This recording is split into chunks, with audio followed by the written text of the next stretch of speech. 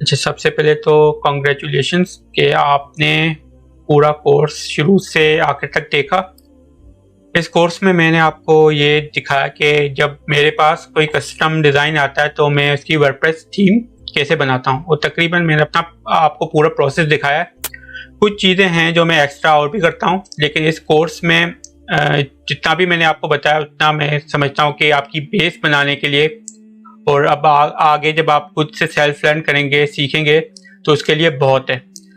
अब आप इसमें यूं कीजिए कि एक तो पोर्टफोलियो सेक्शन आपका रहता है, उस पर आप प्रैक्टिस कीजिएगा।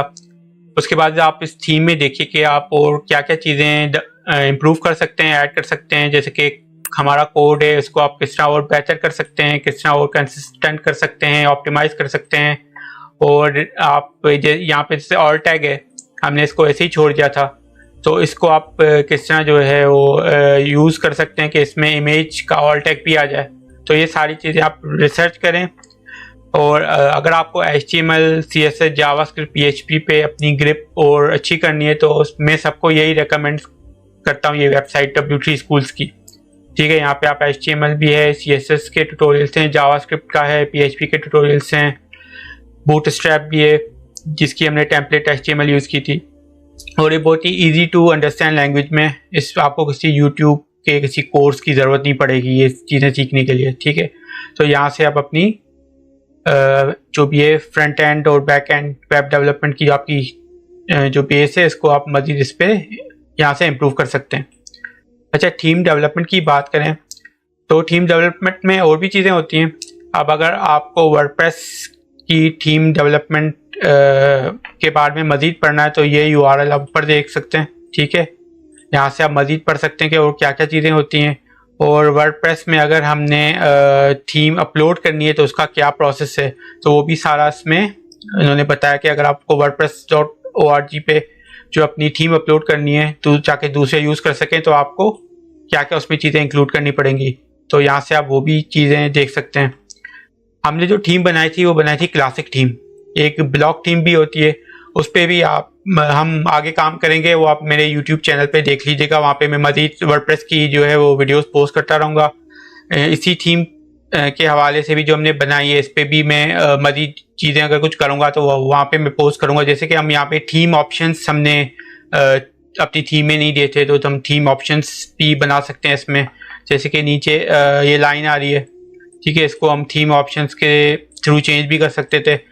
तो और भी बहुत सारी चीज़ें हैं वर्डप्रेस में, मतलब काफ़ी चीज़ें होती हैं, वो आप जितना मज़ीद इस पर काम करेंगे आपको पता चलेगी। ठीक है, अच्छा, उसके बाद अगर आपको जैसे ये लिंक है यहाँ, वो आपको wordpress.org पे अगर थीम रिलीज़ करनी है उसकी गाइडलाइंस हैं। ठीक है, अगर आपको थीम फॉरेस्ट पे अपनी जो है वो इन्वाटो पे जो अपनी थीम रिलीज़ करनी है तो उसकी इन्होंने यहाँ पे गाइडलाइंस दी हुई हैं। ठीक है, तो ये लिंक भी मैं नीचे जो है पेस्ट कर दूँगा, तो आप यहाँ से देख सकते हैं। और मज़ीद में वर्डप्रेस की जो वीडियोस हैं, ट्यूटोरियल्स हैं, वो मैं अपने चैनल पे डालता रहूँगा। उसमें ऑप्टिमाइजेशन के बारे में होगा, सिक्योरिटी के बारे में होगा, एलिमेंटर के भी हम जो है वो ट्यूटोरियल्स करेंगे, उसके भी कस्टम मॉड्यूल्स बनाएंगे, कस्टम एलिमेंट्स बनाएंगे। तो मतलब काफ़ी चीज़ें हैं जिनको मैं वो अपने चैनल पे डालता रहूँगा। लेकिन इस कोर्स में मुझे उम्मीद है कि आपने जो मेरा मेथड है उसको पसंद किया होगा थीम डेवलपमेंट करने का, और ज़रूर आपने कुछ सीखा होगा, और आप जो है उसको अपनी इस नॉलेज को यूटिलाइज़ करेंगे और आगे अपनी थीम डेवलपमेंट में या वर्डप्रेस में आप कोई भी और काम करते हैं तो उसके लिए ये जो भी नॉलेज है वो आपके लिए फ़ायदेमंद साबित होगी। अब आपको मतलब थीम की फ़ाइल्स के बारे में भी पता चल गया कि कौन कौन सी फाइल्स होती हैं। अगर कोई थीम आपके पास आती है, उसमें आपको चेंजेस करनी होती है, तो आपको पता होगा कि मुझे कौन सी टेम्पलेट देखनी है और कहाँ पे जाकर चेंजेस करनी है। ठीक है, अपनी थीम भी डेवलप कर सकते हैं क्लाइंट्स के लिए, या आप कोई अपना प्रोडक्ट बना सकते हैं थीम फॉरेस्ट पे अपलोड करने के लिए, सेल करने के लिए, वो भी कर सकते हैं। और मैंने मतलब कोशिश की है कि इस कोर्स में कि ज़्यादा जो टेक्निकल टर्म्स या जो स्टैंडर्ड टर्म्स होती हैं वो यूज़ ना करूं। बिल्कुल मैंने जनरल जो है वर्ड्स में जो आपको चीज़ें समझाने की कोशिश की हैं। PHP के जो कोड भी वो भी मैंने आप कोशिश की है कि बिल्कुल जनरल टर्म्स में आपको समझाऊँ, ज़्यादा जो है वो उतना टेक्निकल ना जाऊँ। तो आई होप कि ये अगर आपने यहाँ तक देखा है तो आई रियली होप कि आपको मज़ा आया होगा, आपने कुछ सीखा होगा। तो फीडबैक ज़रूर दीजिएगा। और बेस्ट ऑफ लक। और उम्मीद करता हूँ कि आपकी वर्डप्रेस की आगे की जर्नी भी बहुत अच्छी रहेगी। और हाँ, अगर WP बेकरी के बारे में आपको मज़ीद पढ़ना है, जानना है कि और कौन कौन सी फील्ड्स होती हैं और हम क्या क्या कर सकते हैं, तो ये URL है, यहाँ से आप जाकर ये आप शॉर्ट कोड देख रहे होंगे VC_map जो हमने बनाया था, और इसकी सारी फील्ड्स पैरामीटर टाइप्स आपको यहाँ पे मिलेंगी। तो WP बेकरी पे भी अगर आपको काम करना है तो आप यहाँ से देख सकते हैं।